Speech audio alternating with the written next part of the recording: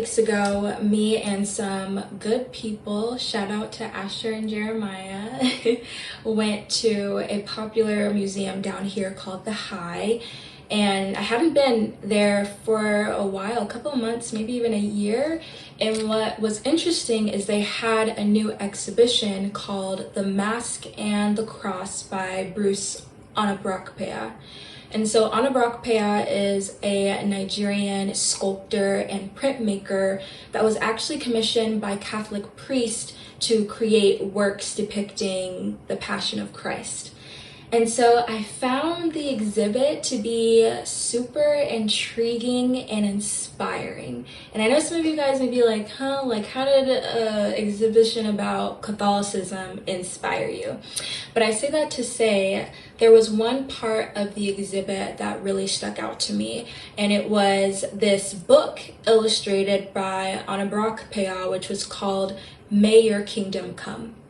And it's the story of how this book came to be that really stuck with me, and I want to use it to frame our discussion today. So I have the museum label pulled up, and I'm just going to summarize it, but essentially in the late 1940s, early 1950s, there was this Catholic priest by the name of Kevin Carroll who worked as a director for the Oyakedi Workshop. And so the Oyakedi Workshop was a workshop that was providing employment and commissions for local artists with the goal of enculturation. And so enculturation is a principle that Carroll believed in, which was basically this idea that adapting Christian imagery in a culturally relevant manner would strengthen the impact of Catholicism on a global scale.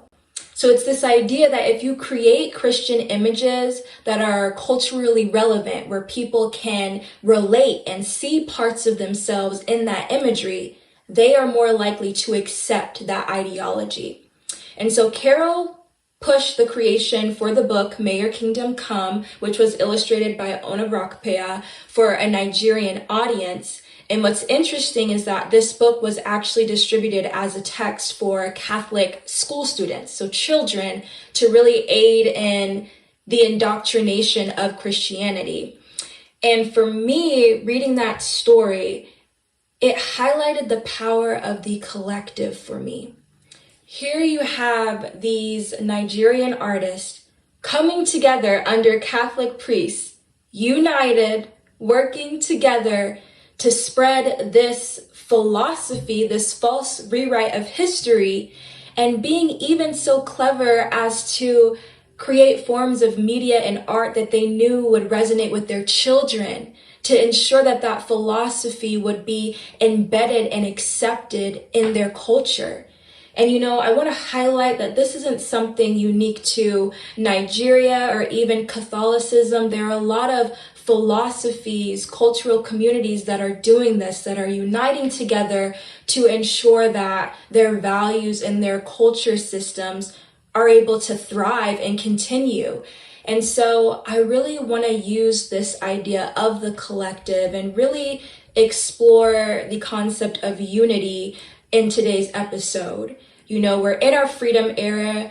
We have been released from the 400 years, and now it's really time for us to come together and start not only imagining, because I think we've done a lot of imagining what this new era could be, but to actively put our hands together and to come together to make our dreams and our visions and our goal reality. Hello everyone, and welcome back to 66 Books, where we use the Bible as a framework to discuss how to level up our lives using Israelite spirituality. We started off today's discussion talking about art, so your girl's already excited. I'm super pumped to be hanging out with you all today, and if you are excited too, go ahead and hit that like button. Make sure you're subscribed to the channel. And speaking of comments, since we started off today's discussion with art, I want to know who's y'all's favorite artist. I want to know what your art interests are, your preferences, so go ahead and share in the comments who your favorite artist is. And actually, speaking of comments, I want to start off today's discussion highlighting a comment that was left on the Take Your Power Back episode, where one of our viewers, Mo Gamer, mentioned something that I want to read here today. And so Mo Gamer said, "The world will always be different from us, and we need to continue to walk in the light, and hopefully others will begin to follow our path." And I just want to say, I 1,000% agree.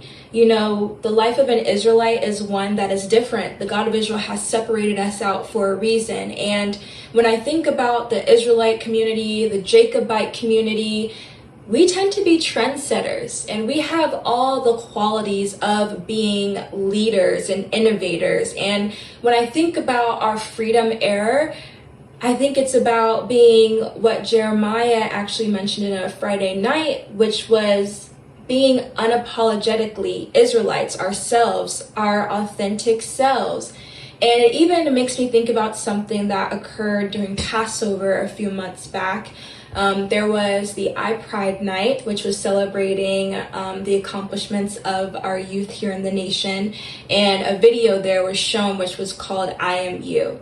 And that video was so inspiring because it really depicted our legacy of Israelite scholars before slavery, and just kind of outlined who those different scholars were, our rich culture, and just really pushes back against the negative stereotype that a lot of us have heard or been taught growing up.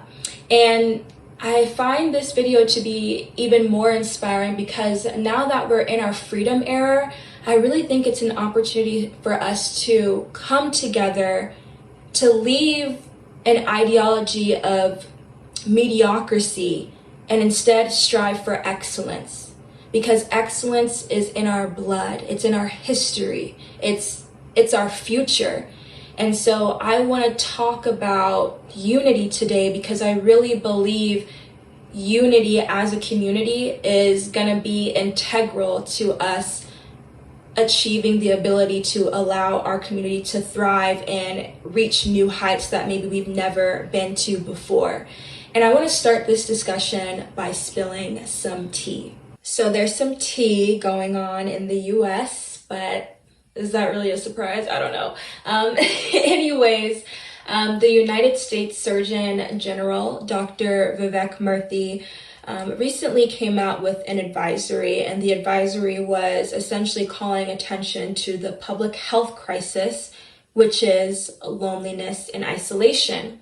And so the advisory mentioned that disconnection fundamentally affects our mental, physical, and societal health. I would argue spiritual as well. And that loneliness and isolation actually increases the risk for individuals to develop mental health challenges in their life.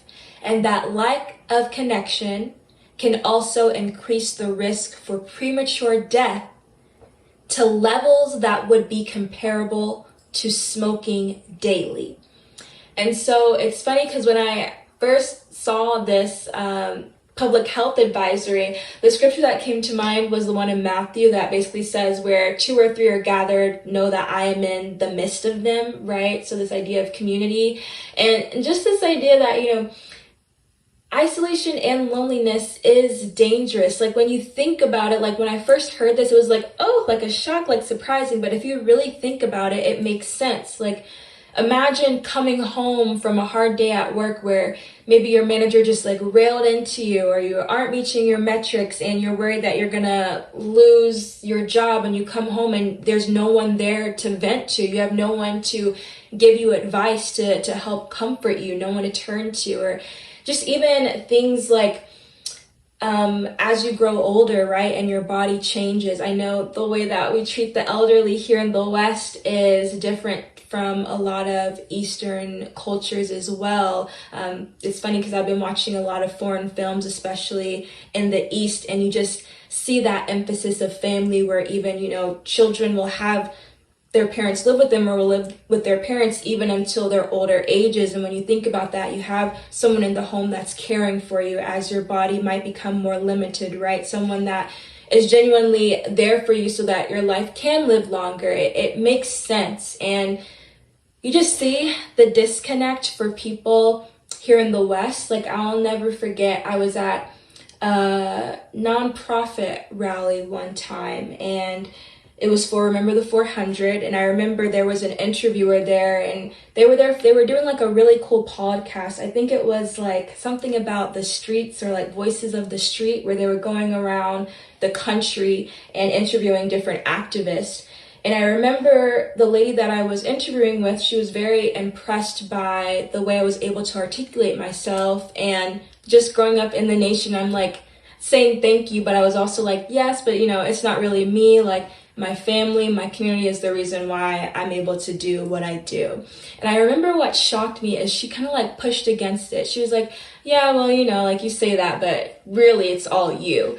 And I remember like being shocked that she would say that, but I feel like it really captures just the different viewpoints of an individualistic society where success is all yours, and you create an ownership of that, and you keep the success and use it to elevate your life, versus Israelite culture where the success should be shared with the community to uplift your community and give back thanks to your community and your God. And when you really think about it, Israelite culture cannot exist without the community. Like, feasts, for example, are such a huge part of our culture. We have Feast of Tabernacles, Passover, Cycle Feast, Prosperity Feast. Like, it's so huge. And can you imagine having a feast with one person? Like, I don't even want to imagine that, because I feel like it would be so sad. I think about, our weaning feast, our offering up, and how we have to have, a priest there, and you have the community there, right? To help allow this young Israelite child to start off their journey in the world on the right foot.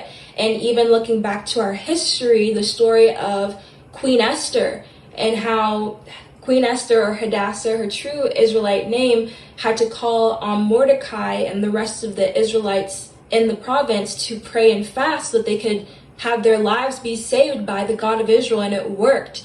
And I'm really proud of us as Israelites, because I see us coming together. We have, these groups for our Israelite women, the PWA, Progressive Women's Association, Daughters of Zion for our young ladies, rearing them up, even the Men of Valor, like these communities and these groups and pockets where we can come together as Israelites in these little identity pockets and just talk about the challenges we're facing, celebrate the accomplishments, encourage each other as we progress throughout our lives. And I think that is truly the beginning when we talk about what freedom looks like.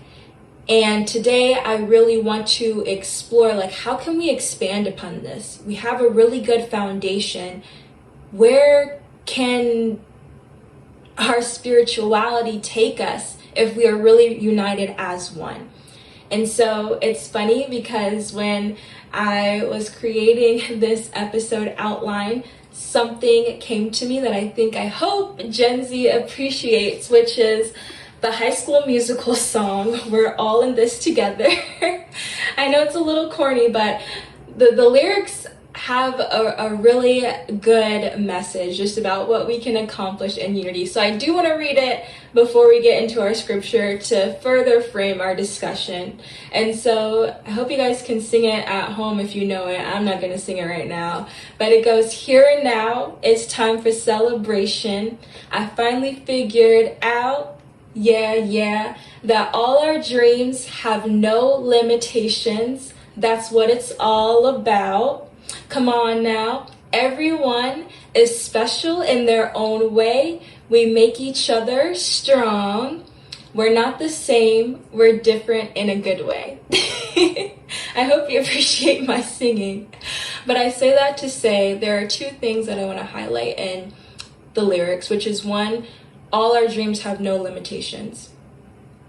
We can do anything with the power of the God of Israel. And our power is magnified when we are able to come together under spiritual unity to do and complete the task that we need to do. There's evidence there. We've seen it in Israelite history. So now is the time to start thinking about how we can do it now. And two, everyone is special in our own way. We make each other strong. We're different in a good way. So we all have different skills and expertise. And it's important to big up yourself. If you have an interest in something, our nation needs it all. We need doctors, we need lawyers, we need artists, we need farmers, we need filmmakers for a plethora of reasons. We even need jewelers. And I'm going to explain why we need all those things later on, but we need every person's expertise, every person's talent to really come together and formulate strong communities so that we can create a nation that is maybe even beyond our wildest dreams. And I want to turn to Acts to really start to envision what this looks like.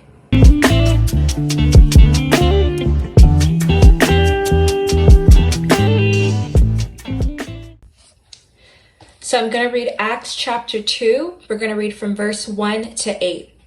And it reads, "When the day of Pentecost was fully come, they were all with one accord in one place. And suddenly there came a sound from heaven as of a rushing mighty wind, and it filled all the house where they were sitting. And they appeared unto them cloven tongues like as of fire, and it sat upon each of them. And they were all filled with the Holy Ghost, and began to speak with other tongues, as the Spirit gave them utterance. And there were dwelling at Jerusalem Jews, devout men, out of every nation under heaven. Now when this was noised abroad, the multitude came together and were confounded, because that every man heard them speak in his own language. And they were all amazed and marveled, saying one to another, Behold, are not all these which speak Galileans? And how hear we, every man in our own tongue, wherein we were born?" When I read the story of Pentecost, for me, it really showcases the amazing things that we can do through the God of Israel when we are on one accord.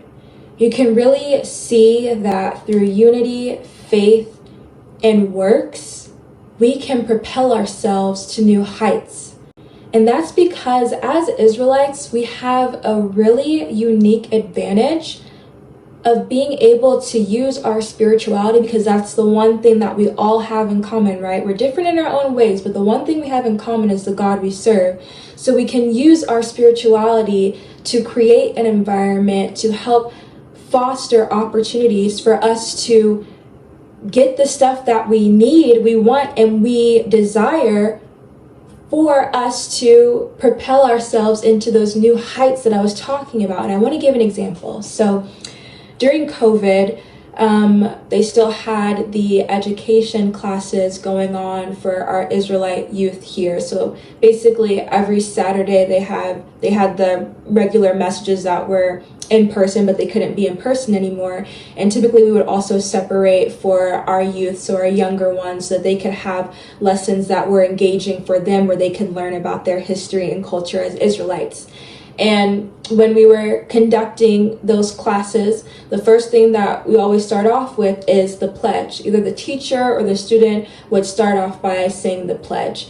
And this is an example of the advantages that we can use as Israelites, because by saying the pledge, you are now setting the tone, that spiritual environment, if you will, for not only the teacher, but the students to really be able to receive the word and to learn how to use what they're learning from the scriptures and apply it to their lives. And this is not something that I think should be taken lightly, because other people do it and other nations do it.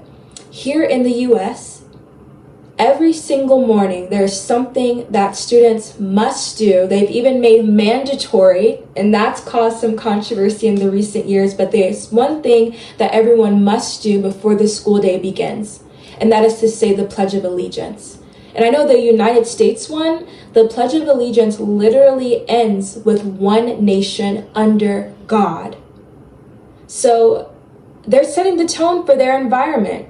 School is education. It's what you can use to progress yourself and to be successful. And before you even begin the day of learning so that you can progress in your life and receive that knowledge you're supposed to receive, or that indoctrination, they set the tone by having unity under their God. And so as Israelites, I think it's very important for us to think about how we can use our spirituality to get the things that we need and to advance in our own lives. I remember even for the Atlanta branch, before we had a place of worship where we could, have our messages, have our feasts and everything, we were switching between using Brethren's house to do those messages and those worships, as well as libraries. And I remember how difficult it was to hold our lessons in the libraries, because it's a library. There were noise level complaints, so sometimes we couldn't be too loud, and even thinking about singing, you have to keep that at a minimum as well, and just not having your own place and having to make sure that the room was reserved, and if it was taken up, you had to find a new library to be at. It was a huge challenge, and it limited the way that we were able to serve our God. And I remember when the talks of getting our own place of worship came up, we actually went on, I believe, a prayer program and a fast as a branch to allow the God of Israel to help assist us in getting our center, our place of worship. And we got it. We have it now. We've had it for almost 7 years, which we're really excited to celebrate soon. And it was because we were able to use our advantage of having the God of Israel as our God to propel our community further, so that we could serve him in the way that we wanted, in the way that we desired, and didn't have to speak to other people in order to get permission to do the things that we wanted to do. And so when we talk about new heights, that's what I'm envisioning. I even think about growing up as a young Israelite child in the education system. Sometimes you have teachers that don't really understand that you can't celebrate holidays. And think about what that's like if you have to put maybe your Israelite child in daycare. They can't speak for themselves, they can't stand up. And you might have an instance where the teacher is having them be involved in a holiday or playing Christmas music, and how that might impact your child. I remember a situation even where a young girl found out that my brother was an Israelite when he was in elementary school, and she told him that he was going to go to hell. And thank the God of Israel, my parents decided to take that opportunity as an education moment, and my brother was able to even not only educate that girl, but the class on his Israelite heritage and why she was incorrect in what she was saying. But imagine if he didn't have that support, that community backing him, and what that's like for an Israelite child to be told they're going to go to hell as an elementary school student, and they're expected to go learn their ABCs and continue the rest of the class. It's a disadvantage. And so that's why I so admire the people in the nation that, are working towards being teachers and want to push for an Israelite school. I know we've even had, people homeschool their children just so that they could set that spiritual environment that is beneficial for us. And so when we talk about unity in the collective, it really is envisioning what we can be in that regards. The things that are deterring from our spirit, the things that we find are annoying, that don't allow us to live our best Israelite life unapologetically, and coming together, fasting, praying, using our spirituality, in addition to strategizing on how we can solve these problems so that they don't arise, that maybe they're the thing of the past now because we have these Israelite schools established, we have our own places of worship, we have our temple to do the things that we need to do and we desire to do for our God. And there's something else that I want to highlight with the story of Pentecost. When we first read it, it starts off by talking about how they were all in one place in one accord. And it really highlights to me another point that actually took me a while to realize. I didn't even think about this until a few years ago, which is gathering is very important, but it doesn't always have to be so formal. When we come together under unison, which is very important as we read it in the story of Pentecost, another note is to remember that it doesn't always have to be so formal. And so what do I mean by that? When I was in college, I served on some executive boards for different organizations. And with an organization, you're given a certain amount of money for that year to cover the different programs and activities that you want to do for your general body members. And you kind of have to prioritize where that money is going to go to, what types of events and activities you're going to do throughout the year. We usually plan this right at the beginning of the school year. And through that, we have to sort of prioritize what challenges we want to address so that we feel that we are truly servicing the general body members in our communities. And when I first started serving on those executive boards, we would bring up different challenges that we felt needed to be addressed throughout the year. And just because there's only a certain amount of people in leadership, a certain amount of money, so many things you can do in a year, some of those challenges do have to sit on the back seat. They do have to sit on the back burner because there's just not enough resources within maybe the leadership team to solve all of the challenges that arise. And when I was, in my sophomore, maybe freshman year, I was like, okay, hopefully this gets addressed in the time forward. We'll just keep it note. Hopefully it happens in the future. And that was it. But as I started to get into my junior, senior years and just over time, it was a realization that not everything has to be so formal. If I am noticing that there is a disconnect, let's say, let's use, because I was on the Black Student Alliance, let's say there's a disconnect between upperclassmen that identify as Black and freshmen, I don't necessarily have to go to my exec board to solve that problem. Maybe I just do a get together with some cool upperclassmen that I know that are Black and some freshmen that I know, and we all do a get together to help foster that connection. And I'm able to help solve this problem without even going under the organization. And so I say that to say is some of the challenges that you may notice in Israel, the things that you want to work towards solving, within means you don't always have to tap your branch leader in order for it to be solved. Again, if you are, say, a youth, and you notice the youth in your branch aren't feeling connected, we haven't spoken in a while, we haven't gotten together, you don't know what's happening in your lives, instead of maybe going to your branch leader and presenting it to them for them to solve, so sort of adding another responsibility that they have to work towards, you could just call up your Israelite cousins and be like, hey guys, it's been a minute, let's get together. And I think that's a really important idea to note as we continue to make steps towards advancing our nation, is that each one of us have the ability to make an impact no matter how little or how small. If you see a need, you can fill a need. And so it's all about figuring out how you can fill that need within means. And there are two art movements that I actually want to highlight that really showcase the impact that some of those more informal collaborations can have on communities. The first one being the Impressionistic art movement, which occurred in the late 19th to early 20th century, I believe. It was sort of a French movement that was happening in painting that later transferred to music as well, where it was a pushback against the idea that the closer your art was to reality, the more talented you were as an artist, the more elite you were.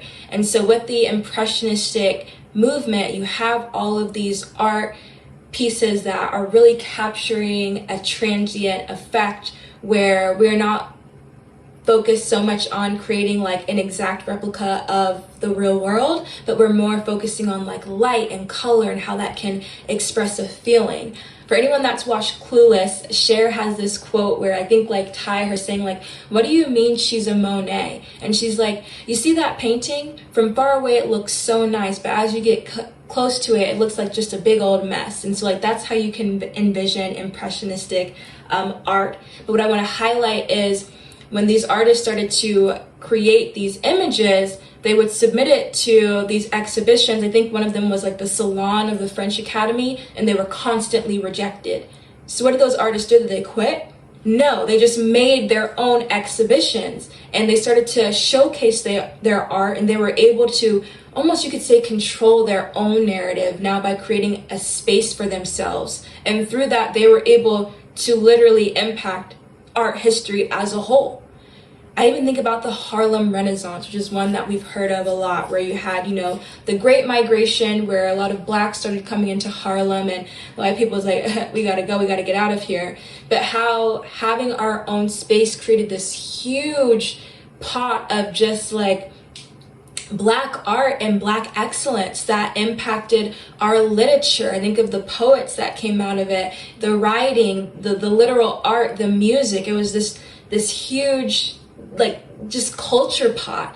And that was something that was, you could say, even informal as well, like just having a community where you're all together doing the same thing allowed for people to express pride in who they were as, African Americans, as Black in the US, but to also, again, be able to control the narrative by sharing their own Black experiences for the world.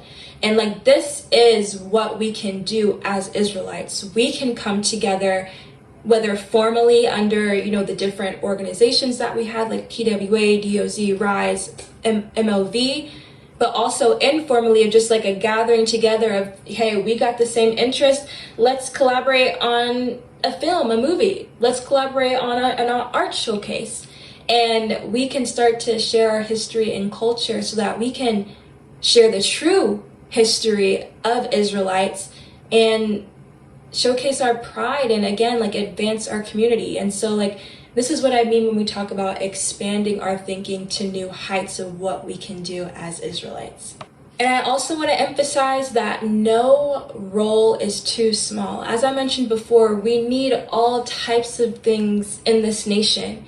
We need doctors. Think about some of the dietary restrictions we have, or even some of the cultural practices like circumcision that are now getting a bad rep in cultural society. I remember I took a class in college where it was pushing this idea that circumcision is something that's unclean, it's unnecessary pain, and it's rooted in archaic practices. Like, we need doctors to push against that narrative.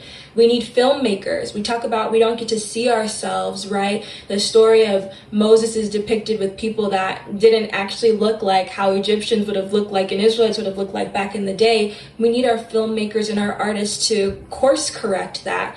We need jewelers. Like, I would so love to have like jewelry like this with lions or our emblem or different things that showcase our culture that I could buy from and showcase and rep my Israelite pride with. We need farmers. I know one thing that's been going on here in the Atlanta branch, and I would actually love to know if you could put in the comments some of the initiatives that maybe are happening in your branch. Something that's like really informal again, but we've kind of come together is one of our branch members, Uncle Thomas, has been able to share his knowledge and expertise in agriculture to help some of our branch members, like our Auntie Stephanie, with their initiatives to like grow their own fruits and veggies.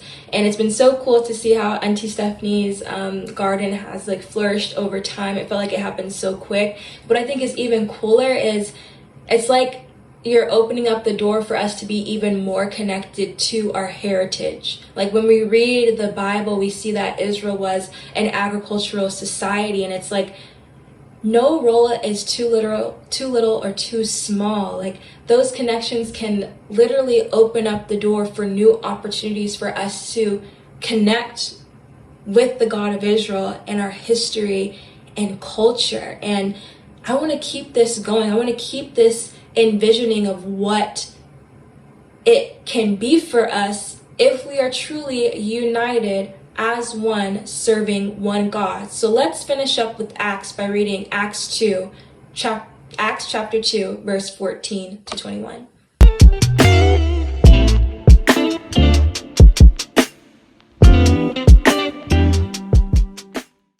And it reads, "But Peter standing up with the 11, lifted up his voice and said unto them, Ye men of Judea, and all ye that dwell at Jerusalem, be this known unto you, and hearken to my words. For these are not drunken, as ye suppose, seeing it is but the 3rd hour of the day. But this is that which was spoken by the prophet Joel. And it shall come to pass in the last days, saith God, I will pour out of my spirit upon all flesh, and your sons and your daughters shall prophesy, and your young men shall see visions, and your old men shall dream dreams. And on my servants and on my handmaidens I will pour out in those days of my spirit, and they shall prophesy. And I will show wonders in heaven above, and signs in the earth beneath, blood and fire and vapor of smoke. The sun shall be turned into darkness, and the moon into blood, before that great and notable day of the Lord come. And it shall come to pass that whosoever shall call on the name of the Lord shall be saved.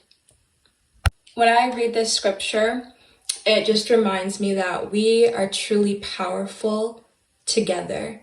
When we are in one accord, serving our God and doing what is right. Again, going back to what was said in the episode, Take Your Power Back, the game truly changes. And it even reminds me of something that I've been thinking about recently a lot.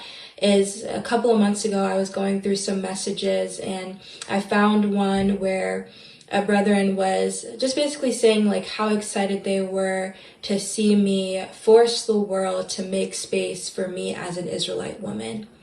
And I really hold on to that and even sometimes use that for empowerment or inspiration. And so I want to leave the same question, if you will, to you, in that how are you going to force the world to make space for you as an Israelite?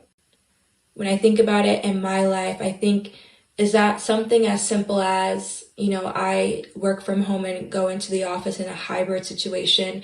Is it something as simple as on my Sabbath days, letting my manager know ahead of time so I can work from home that day so that I can pray 3 or 7 times that day?